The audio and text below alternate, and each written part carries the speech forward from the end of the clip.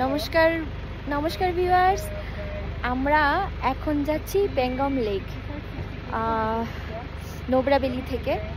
এই জায়গাটা একদম রুক্ষ, শুধু পাথর আর পাথর, পুরো রাস্তাটাই এরকম, এবং রাস্তাও নেই, জাস্ট রাস্তা করছে বিআরও। মানে প্রচণ্ড কষ্টদায়ক জার্নি আর রুক্ষ সূক্ষ্ম। দেখুন, শুধু পাথর পাথর, কোনো গাছগাছালি নেই। রাস্তার মাঝখানে কিছু কিছু গ্রাম আসে, সেই গ্রামে হয়তো 10টা পরিবার 5টা পরিবার থাকে।